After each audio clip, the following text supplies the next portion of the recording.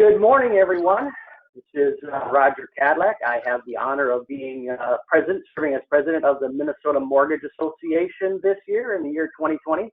What a fantastic year it is, and what a great year for me to be a association president. So, because of all the stuff that's been going on, we've been trying to do more and more virtual meetings like this one, and we are thrilled to have Dan Fichtler available to us today from the MBA to talk to us about the state of our industry.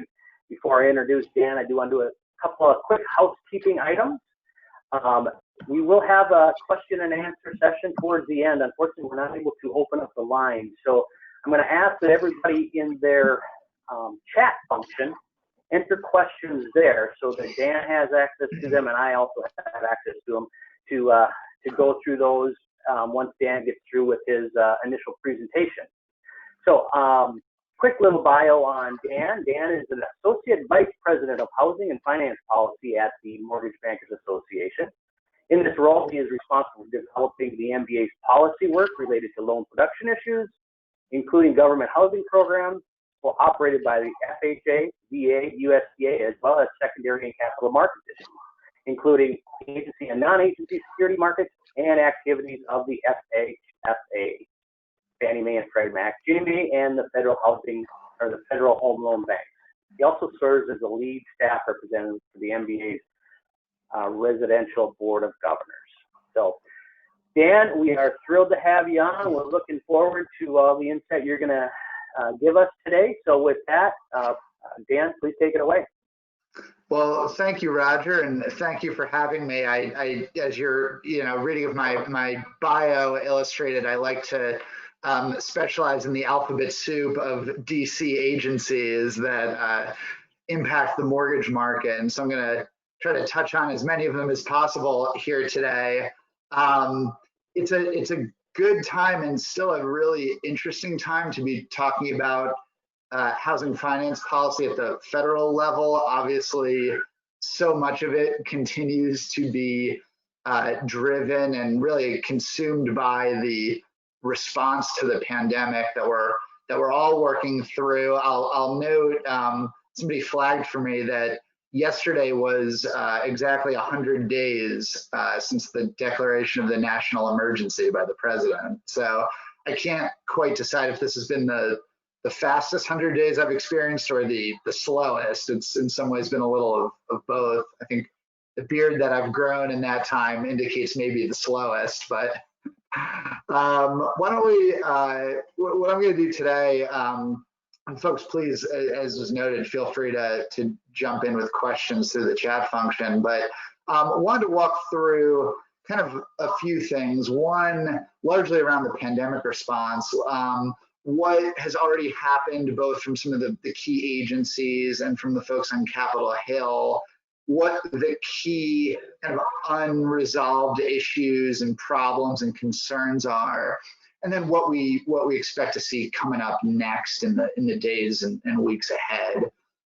So, thinking back to March, which again in some ways feels like forever ago, as the depth of the pandemic was becoming apparent, really much of the federal response when it comes to housing policy and other areas of the economy, I think really was centered on a massive economic stimulus bill that Congress passed in late March, the CARES Act.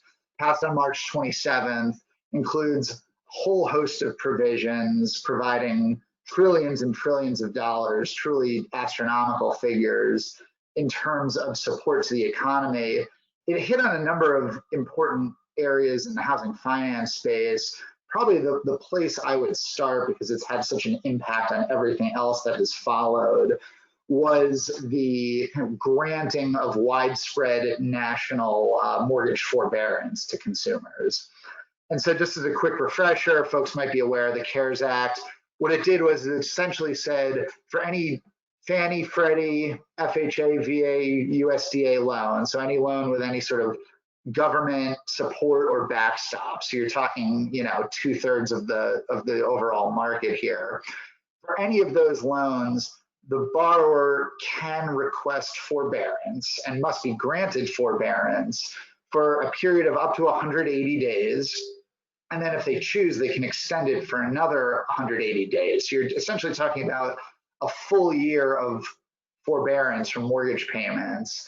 And all the borrower needs to do is attest to the fact that he or she is experiencing some sort of financial hardship as a result of the pandemic. No documentation required, no kind of due diligence or proof or anything like that. So it's kind of a widespread blanket forbearance option for all of those borrowers. And I think, like a lot of the response to the pandemic, you can sort of look at the pros and look at the cons, right? I mean, the pros are you obviously just have tons and tons of people who are really struggling, who are losing their jobs, or seeing reduced hours, reduced income, increased healthcare costs through no fault of their own. So obviously, forbearance on what for most folks is the largest monthly bill that they pay makes a ton of sense in terms of the economic recovery. Perhaps also predictably, when you institute something as widespread as national mortgage payment forbearance, there's going to be some unintended consequences too. And that's some of what a lot of the policy response has gotten into. Before I get to that, I actually just wanted to walk through kind of where we are on mortgage forbearance now that we're close to 3 months post the passage of the CARES Act. We at MBA, we've been tracking forbearance data and forbearance take-up rates pretty closely over this time. Hopefully folks have seen, we put together a weekly survey where we're releasing every Monday afternoon updated data on what forbearance take-up rates look like. And it's been really interesting on a couple fronts. One, you go back to late March, early to mid-April, you saw just a massive spike in those forbearance take-up rates. So I think prior to the pandemic, about 0.25% of all mortgage loans were in some sort of forbearance plan. 0.25%. Within a couple weeks, that number skyrocketed across all different loan types. But since mid-April, maybe late April, what the story really has been, and frankly, I'm a little bit surprised by this, has been a real leveling off of that forbearance take-up. And, excuse the term, but a flattening of the curve, so to speak, on forbearance. And so where are we now? So as of early June, which is when our latest survey results take us, for the whole market, the entire single-family mortgage market, we're looking at about 8.5% of all loans that are in forbearance. But again, that you look at the time series, and that number would have spiked to 6, 7, 8% very quickly in late March and through mid-April, and it's really flatlined over the past several weeks in the 8 to 8.5% range. So on the one hand, obviously going from 0.25% of all loans in forbearance to 8.5% is a massive jump.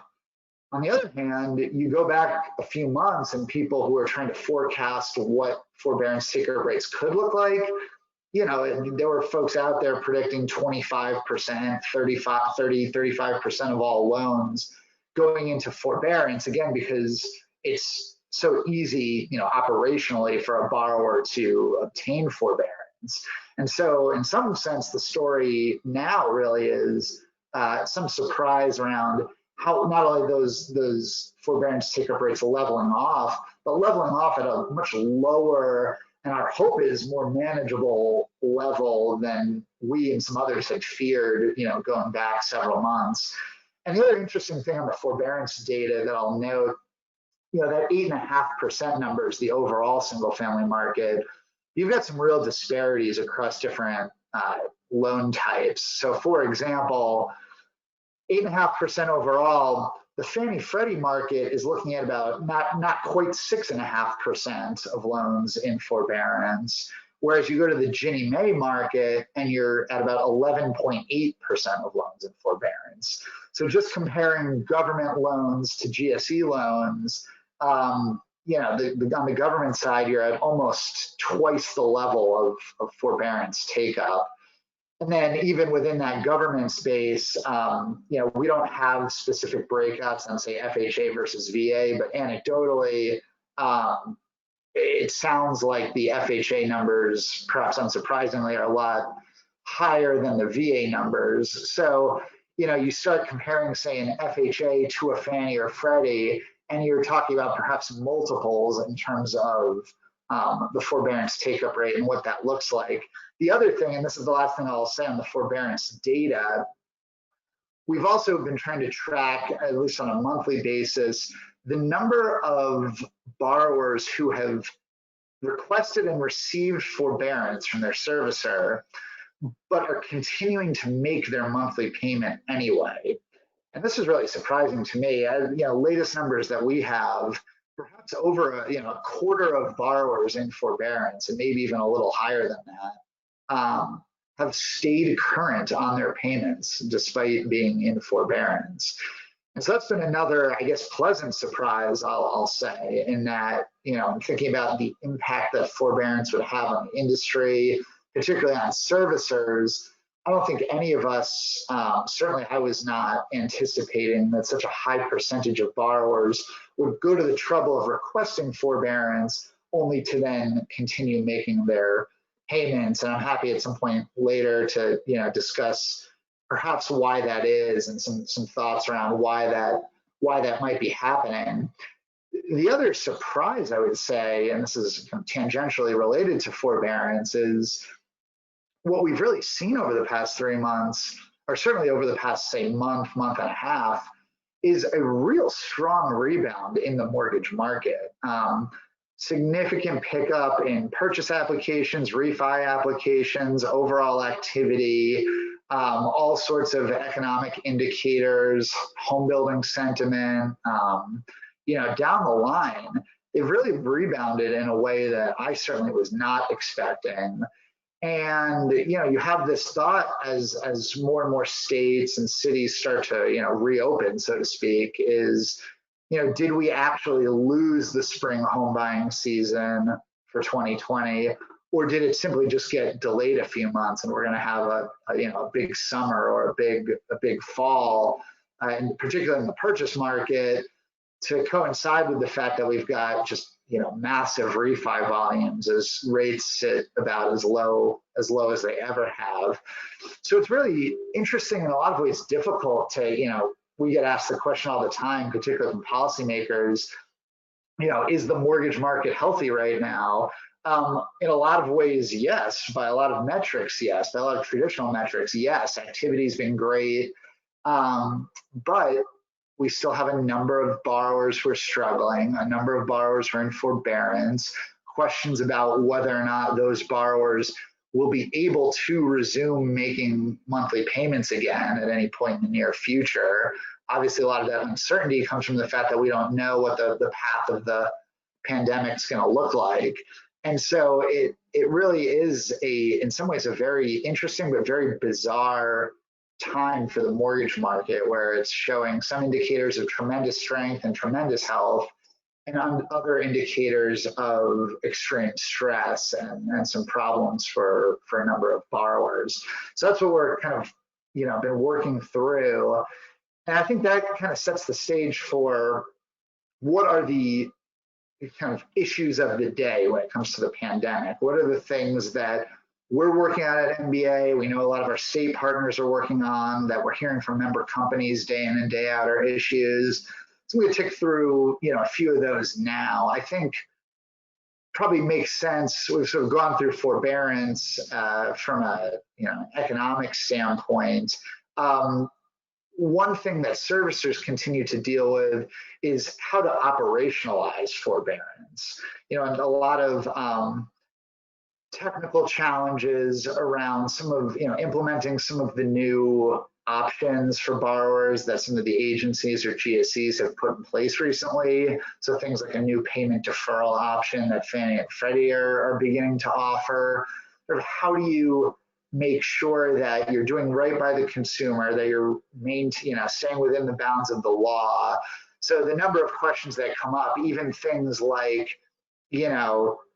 if a borrower, say, agrees to a 90-day forbearance period at the start of forbearance, and then the servicer reaches out to them to see if they want that forbearance extended or not, and they can't reach the borrower, is the servicer allowed to auto extend that forbearance? Are they allowed to take them out of forbearance? That's a question that's still the subject of some debate across some of the regulators and the agencies. Questions around what the waterfall of different loss mitigation options looks like, and when you progress from one option to the next for the borrower, how you describe some of these options or situations for the borrowers. The GSEs have put out scripts recently that are essentially manuals that servicers can use on this front, but it continues to be a challenge, right? When you think about the fact that perhaps in some ways it's easy to get the borrowers into forbearance, no documentation, no checking really of any kind. But I think it's going to be a lot harder to get borrowers out of forbearance, in the sense that that's where you really, as the servicer, need to start thinking through, or working with the borrower on what his or her specific circumstances are, or what his or her specific situation is. And that's going to be much more intensive from a workload perspective.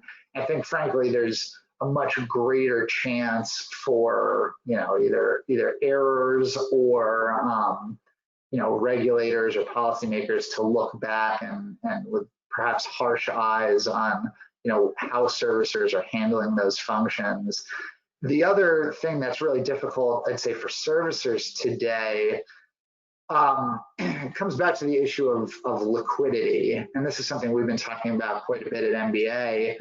So when you have a number of borrowers in forbearance, in either GSE borrowers or FHA, VA, rural housing, as a servicer, one of the first things you need to be thinking about, of course, is very often I, as the servicer, am on the hook for advancing those missed payments that the borrower is no longer making due to forbearance.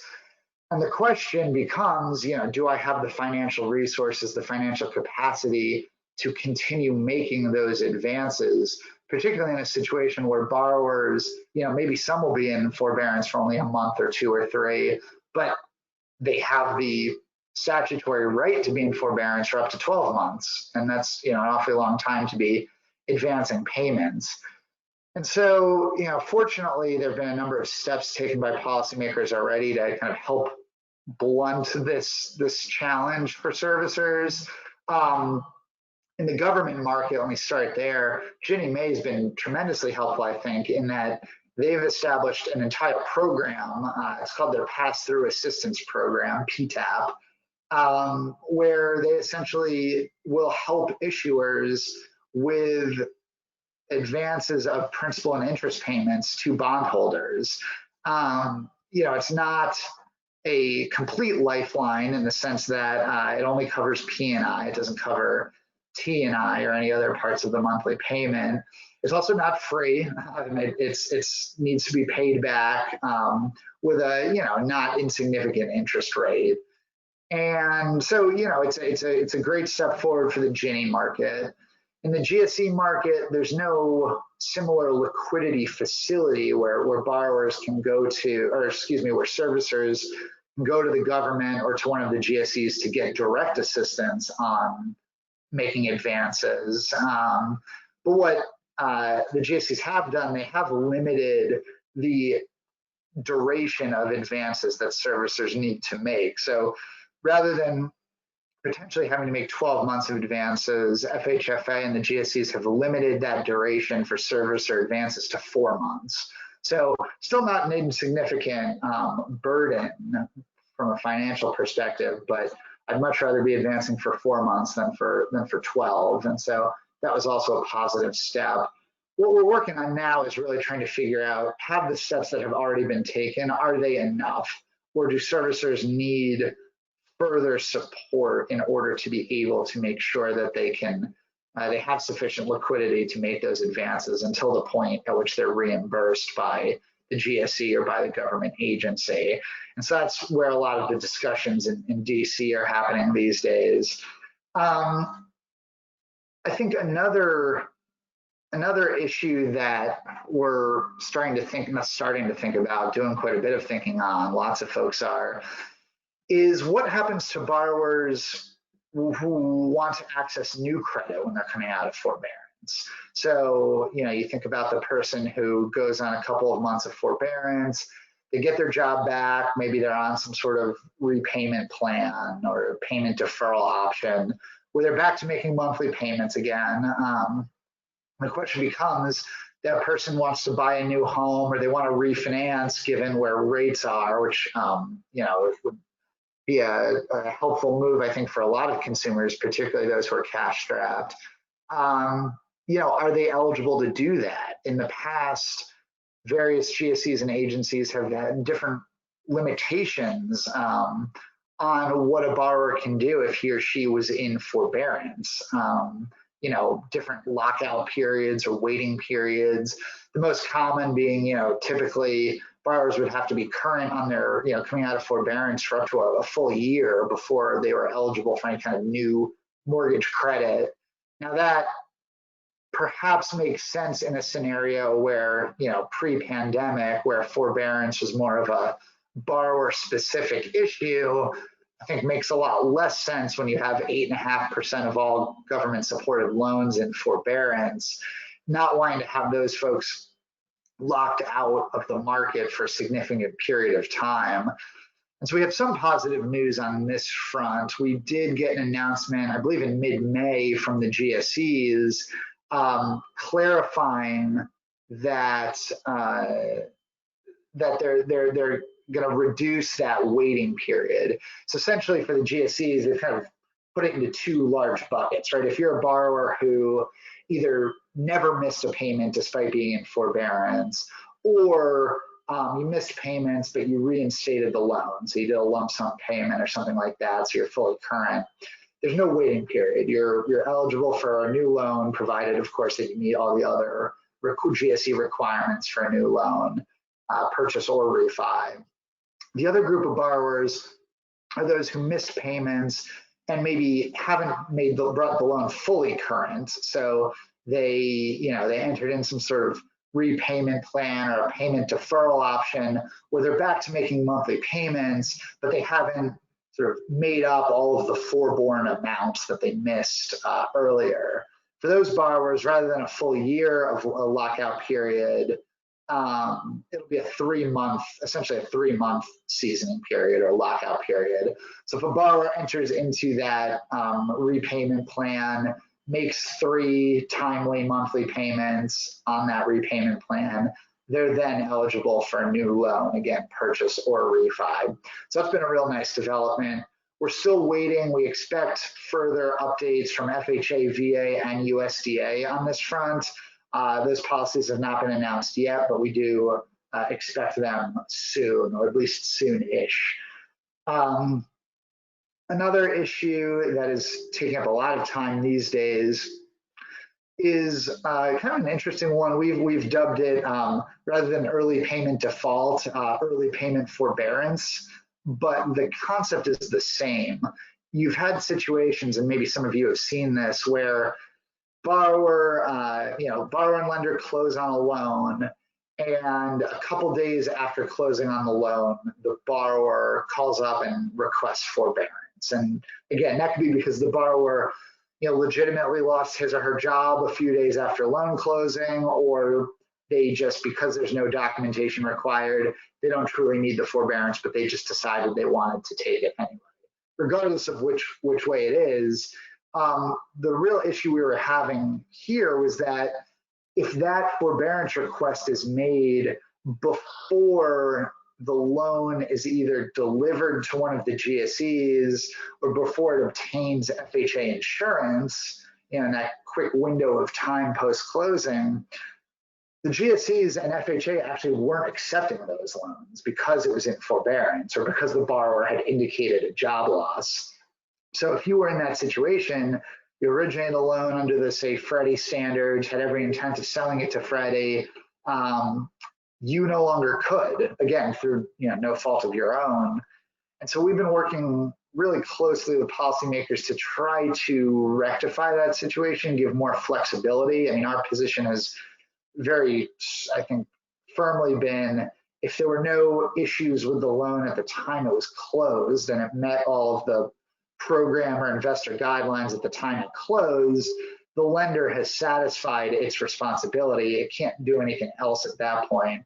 So those loans should be eligible for either delivery to the GSEs or for FHA insurance.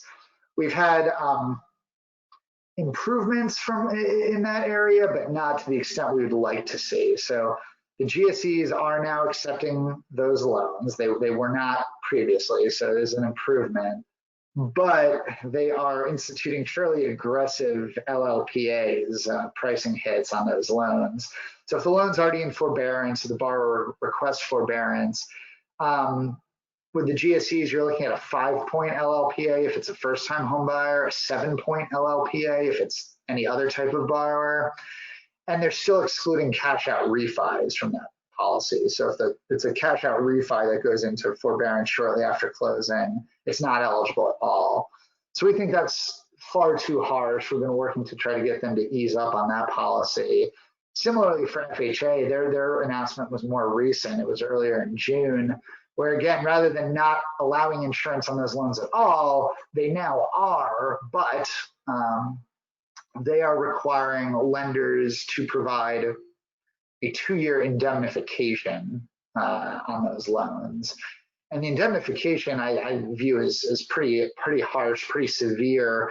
It's a 20% indemnification, 20% of the initial loan amount, not of the claim amount. So in many cases, that could end up being the lender covering the entirety of the claim or the loss, I should say. And so, you know, that 2-year 20% indemnification requirement feels far too harsh. We're working with a number of other groups to try to get FHA to ease up on that policy. I think we had a coalition of 17 different trade associations and housing advocacy, consumer advocacy groups that sent a letter to FHA to that effect not too long after their policy was released.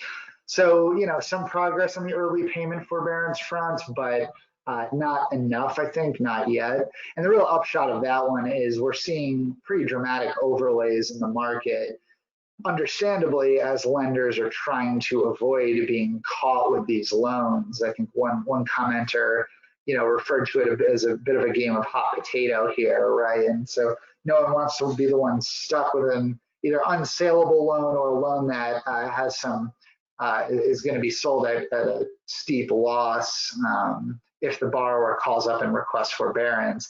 And of course, nobody knows when or if the borrower is going to make that call. Last one that I'll do on the sort of current issues that we're thinking about, the list is far longer, but I wanted to hit the highlights today, is really around origination flexibilities. So you think back to late, or mid to late March in particular, there's a lot of concern about how do we take a process, a mortgage origination process that's highly dependent on a number of person-to-person interactions and keep that process going in a world of social distancing. So, what we've been doing is trying to work with all the various agencies and regulators to institute temporary flexibilities on a number of provisions that are steps that previously would have been required to take place in person. So I'm thinking about things like appraisals and inspections, thinking about things like verbal verification of employment. How do you do that if the borrower's office is closed down or no one's there, everyone's working remotely? Power of attorney, remote online notarization, which has been another big MBA priority for a number of years now. All of these steps in the process that we're trying to make virtual, how do we make that happen? I have to say, this is one where my sense is that it's really been in a lot of ways, a big success story. Certainly the policymakers, I think, responded quickly to provide a number of flexibilities across those different areas, essentially temporary reprieves from certain person-to-person requirements.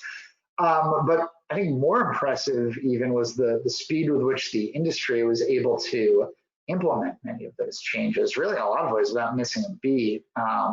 And you only need to look to the origination volumes, transaction volumes to see that clearly loans are still being made, deals are still getting done, and the industry is adapting very nimbly. I think now we've sort of moved past the point of figuring out, in March and April, if I was talking to you, I'd say, what we're trying to do is get these flexibilities in place. I think they're pretty well in place now. The question on my mind is going to be when and if they're going to roll off. And so a couple of concerns, right? One is obviously the country is not opening at a uniform, reopening at a uniform pace. Some places are going to allow person-to-person interactions much earlier than others. Some places might see, relapses in the pandemic that other parts of the country don't. And so for national programs, like you think about the GSEs or FHA or VA or others, making sure that they're not rolling back some of these flexibilities because certain parts of the country don't need them anymore when other parts of the country do. The other piece is some of these flexibilities, even though they've been instituted on a temporary basis, it's, I think, worth a good hard look to see which, if any, should be made permanent, right? Can we, we've been talking for years about technology in the mortgage industry, trying to make use of more virtual tools, remote tools. Maybe, the silver lining of some of what we've experienced over the last 3 months is we're forced to figure out how to do this quickly. It largely worked. And now maybe the lesson learned is some of these things should remain in place. So that's what we're going to be working on over the next several weeks and months as well.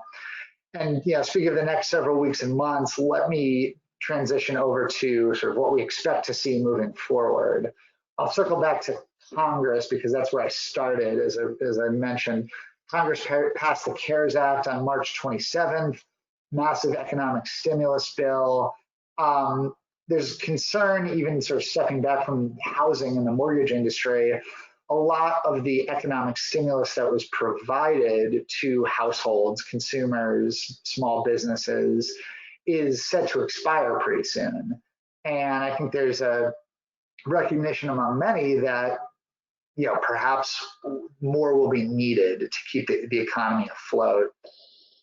And so Congress is thinking about another large scale economic stimulus bill. Actually, go back a couple of weeks, the House of Representatives already passed such a bill. It's referred to as the HEROES Act. Yes, there are, I'm sure, people who get paid just to come up with the names of these things. But the HEROES Act was another massive bill, several $1 trillion, I believe $3 trillion all told, of economic stimulus that covered not just housing, but healthcare, large swaths of the economy. The reason you perhaps haven't heard too much about it recently is that unlike the CARES Act, which was kind of a bipartisan effort in a period of crisis, the HEROES Act that passed the House was really very much more of a partisan effort. Democrats control the House right now, so the HEROES Act largely reflected Democratic priorities for the next wave of economic stimulus. The Senate, which is controlled by Republicans, surely will view many of those proposals as dead on arrival, so to speak. And so what I don't expect to see is that the House-passed legislation would just sail through the Senate and be enacted. I think there'll be very major changes to it. In fact, the Senate may even just take small pieces of the HEROES Act, but largely start from scratch, so to speak. So there were a number of housing-related provisions in the HEROES Act, just a ton of money provided for rental assistance, $100 billion set aside for rental assistance, $75 billion set aside for mortgage payment assistance. That money would have been largely routed through the state housing finance agencies. So if folks go back to 2008 and remember the hardest hit fund, be kind of a redux of that. There were portions of the HEROES Act that would have actually made it easier for mortgage servicers to obtain liquidity from the Federal Reserve. So that was a good thing. There were some very aggressive expansions of the forbearance requirements in the CARES Act. So in addition to new disclosure requirements, also would have extended that congressionally mandated forbearance to the portfolio lending as well as the PLS market, so the full market, not just the GSE and government portions of the market. I think that is a portion that will be viewed very skeptically by Republicans in the Senate.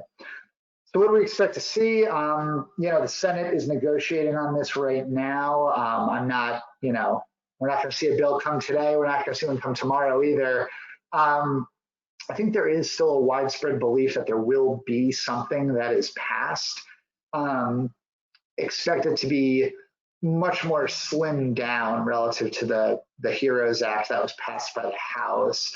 A lot of those Democratic priorities will be stripped away by the Republican Senate, and we'll probably be left with only those pieces where there's true bipartisan consensus. The clock is ticking.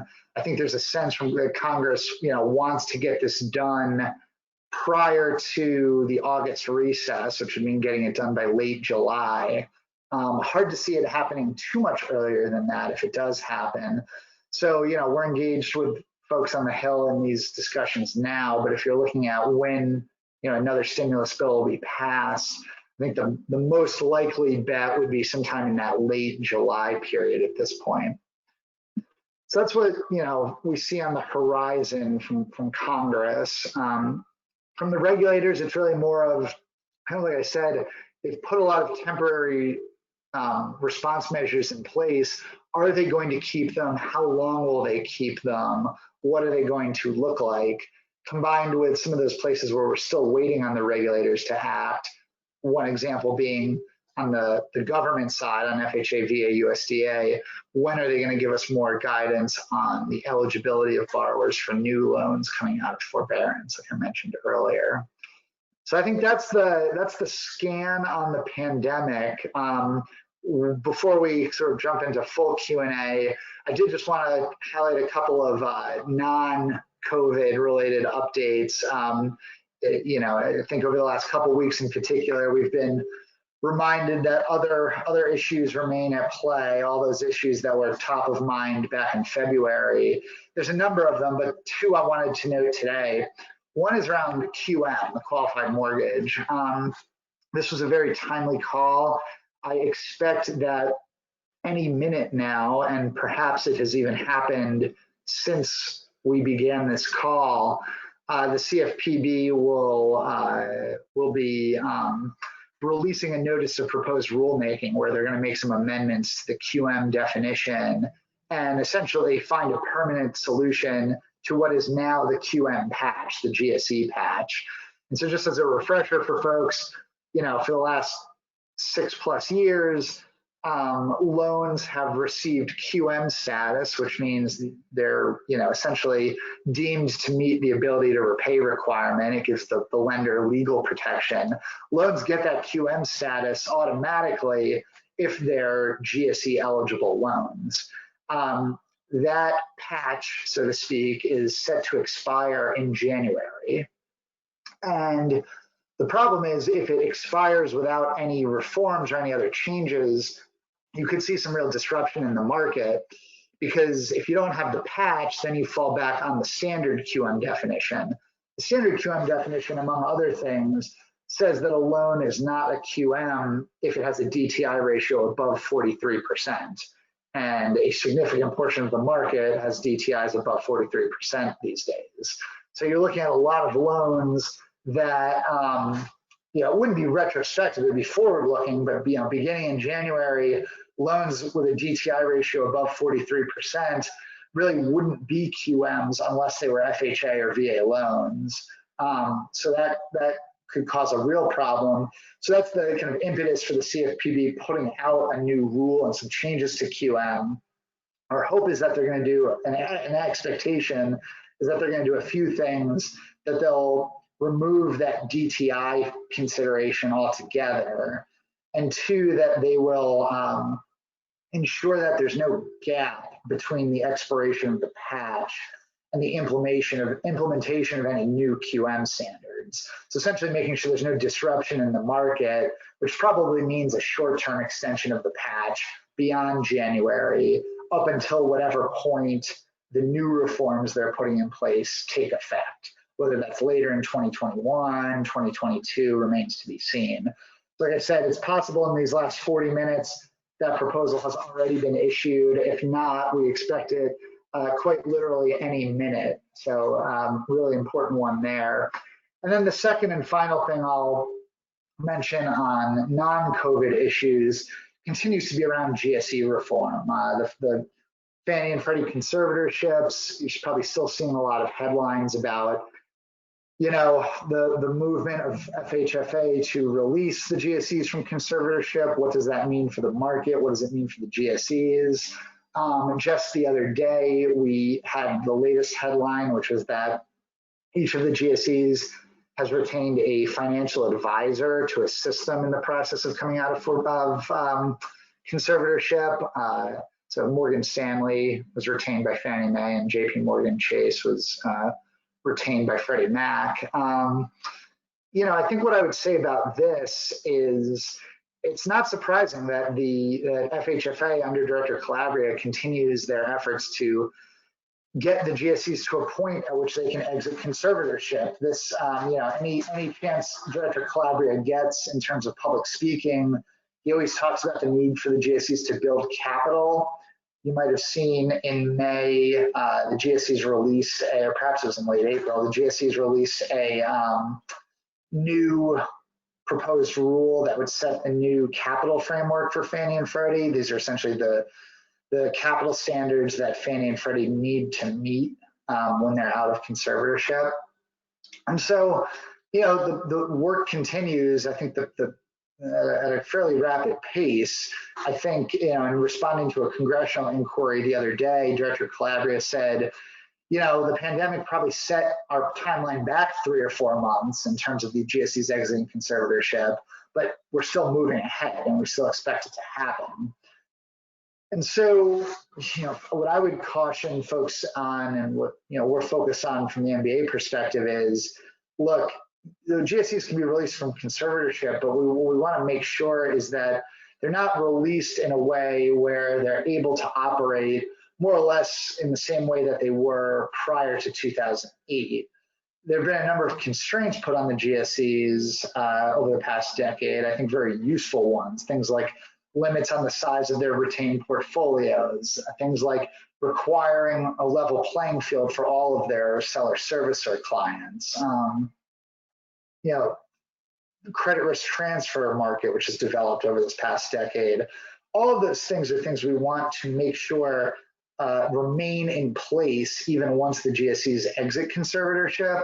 So our focus with FHFA is, if your plan is to move them out of conservatorship, okay, but it's not just additional capital that they need, it's you need to find ways to codify some of these requirements or these standards that you've put in place during conservatorship to make sure that they don't fall by the wayside once conservatorship is over. We want this to be a permanent state of affairs in terms of the limits on some of the GSE activities and how to engage with their seller servicer customers. And so that's what we're going to be focusing on, and we expect more news rather than less on this front in the coming weeks and months. So I've been going for quite a while. Let me stop, and Roger or others, you know, if there are questions coming through, happy to take them. Happy to sort of get into anything in a little more detail or something that I might have missed. Awesome. Well, great stuff, Dan. Really, really appreciate it. We've got about 16 minutes for questions and answers. We do have one question that came in from Sarah Johans. So I'm going to have Leah, if you can open up Sarah's line and let her ask her question. Hey, Dan, thanks for doing this. This is really helpful. Appreciate it. I actually have a slightly different question. If I have time, I'll ask the one that I posted here. But Can you just explain? I'm not the super brightest bulb in the bunch, and I need you to explain kind of at a super simple level for all of us on the phone, how the conservatorships that you talk about with the GSEs, how if you know how that will affect our day-to-day business. So I come from a servicing background. I'm a sales director for Caliber Delegated Correspondent Lending. So that's sort of the nature of the the context of my question, but I really care about that also in the context of the perspective rather of my lenders. You know, what is, I mean, can you give us a like, well, this could happen, or well, we don't want this to happen. Can you kind of talk about that? Yeah, absolutely. It's a really good question. After we're coming up on 12 years of conservatorship, so there's sort of this like, it's almost hard to imagine what a world outside of conservatorship for the GSEs is going to look like. I think the real key here is while the GSEs are in conservatorship, FHFA, their regulator, more or less gets to call all the shots on everything. FHFA essentially gets to act as the board of directors of both Fannie and Freddie. So anything Fannie and Freddie want to do, they have to run through FHFA. If and when they exit conservatorship, that will no longer be true. So FHFA will still oversee them as a regulator, just like any financial institution has regulators that they have to answer to. But FHFA won't be calling the shots specifically from things like business sense or some of the products or pricing or things of that nature. And so what could happen coming out of conservatorship, it sort of gets to some of the reforms I was mentioning. What we don't want to see, for example, is, you could theoretically have one or both of the GSEs start to once again introduce volume-based discounts where lenders' G fees are, lenders get breaks on G fees if they deliver a certain amount of volume to the GSEs. What we don't want to see are things like the GSEs building up their retained portfolios. This is their portfolio of mortgage holdings, which they levered pretty substantially pre-crisis. So that's a real safety and soundness concern.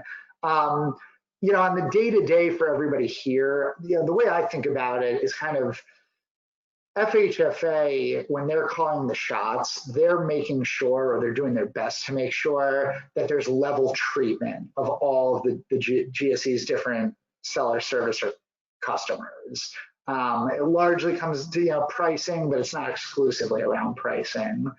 FHFA may not have that authority post-crisis, so you could see the GSEs potentially engaging activities that start to favor certain customers, certain types of institutions. Certain customers get access to things that other customers don't. And so that's the big concern post-conservatorship. And that's the thing we want FHFA to kind of lock in place through a rulemaking or some other means before the conservatorships end. Okay, so it sounds a little bit, I mean, I'm just going to be dramatic here. It sounds like our biggest concern is like going back to the wild, wild west, right?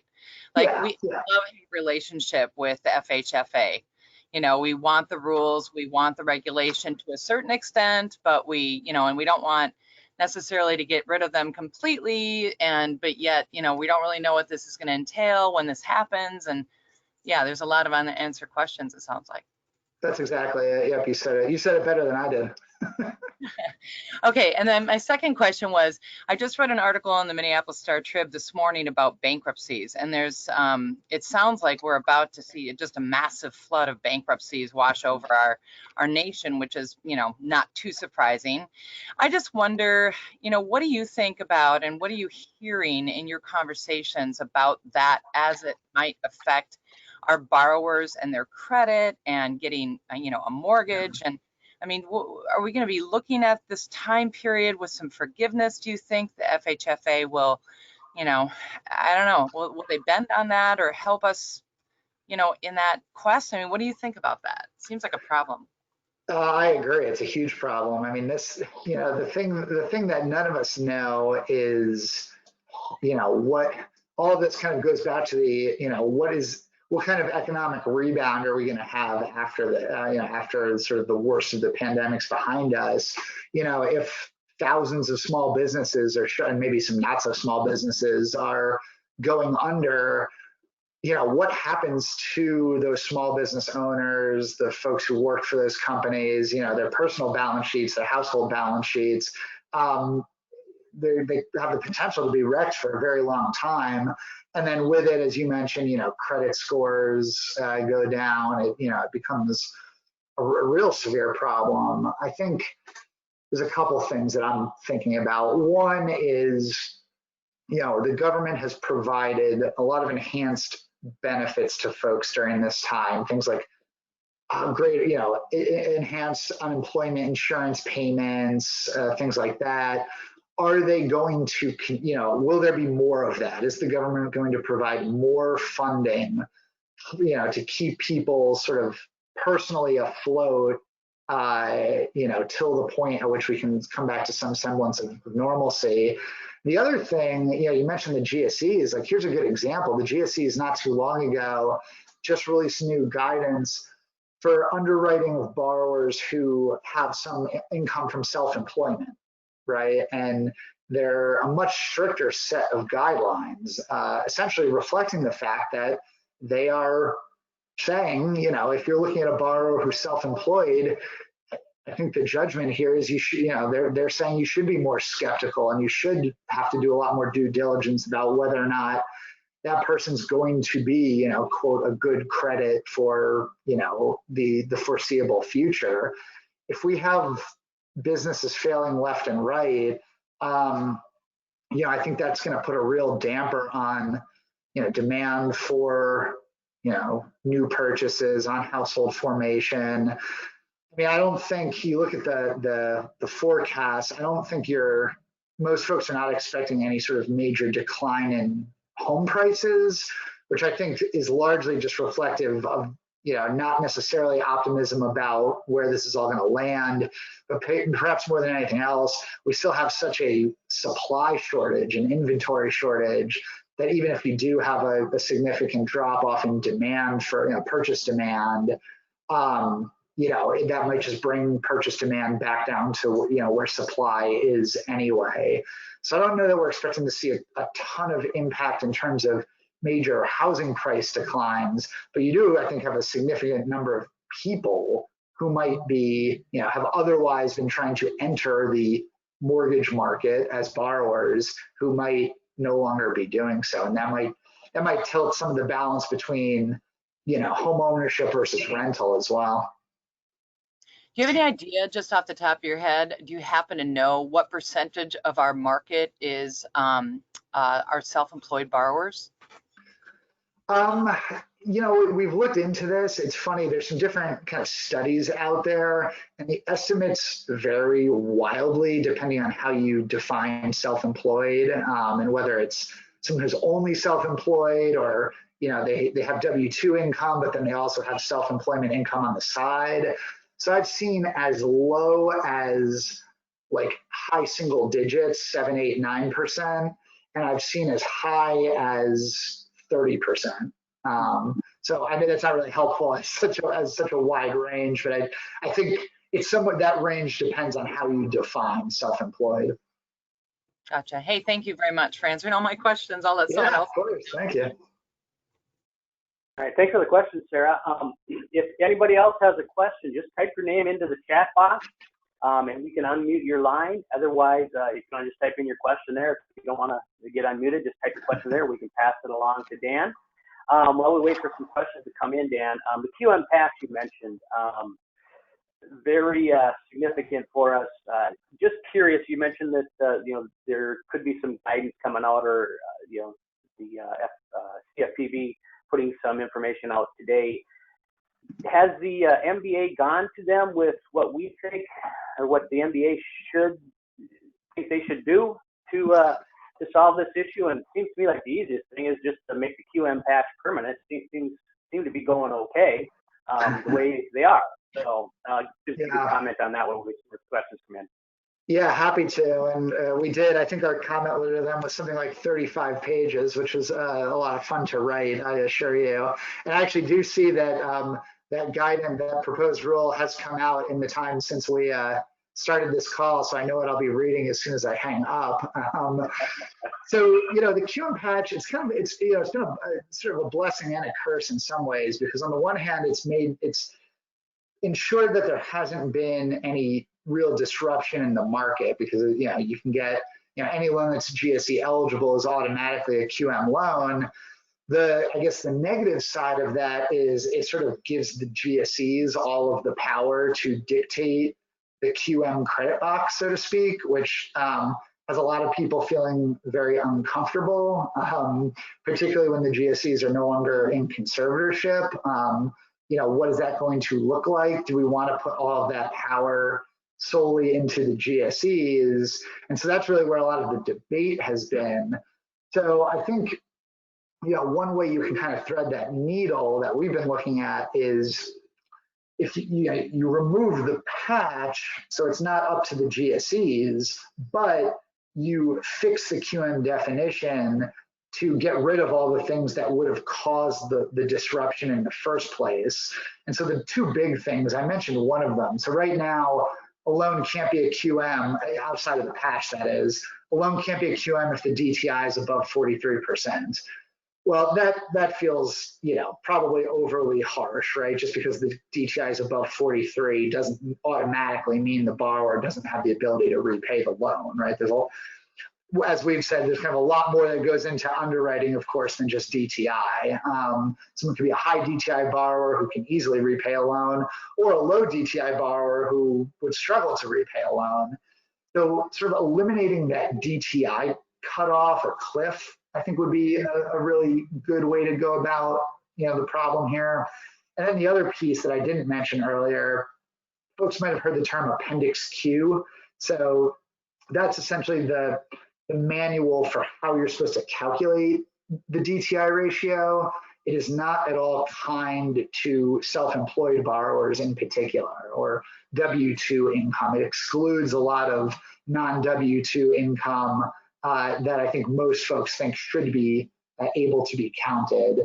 And so eliminating that Appendix Q manual as the mechanism for calculating DTI is probably another way to avoid some of that disruption. So we'll look and see what the CFPB is proposing, but I think there is a middle ground where you make QM better, and then if you do that, you don't need the patch because the standard actually works for everybody and it doesn't cause disruption in the market. Okay, excellent, thank you. I don't see any questions in the queue or anybody raising their hands, and we're about 2 minutes to the top of the hour. So I think we'll give it a wrap. Dan, thank you so much for coming on and spending an hour with us to share your insight. To the group, we are trying to do as many of these webinars as we can. We've got one scheduled after July 4th, so July 9th, we're going to have another presentation. Also, mark your calendars, the golf outing is still on. We have backed it up due to the COVID-19 to give us a little bit more time to plan for it and to make it happen. But mark your calendars for August 25th for the golf outing at the Wild. And once again, one final thank you to Dan. I appreciate it so much, and keep fighting the good fight for us. Thank you. Thanks for having me. All right. Have a good day, everyone. Thank you.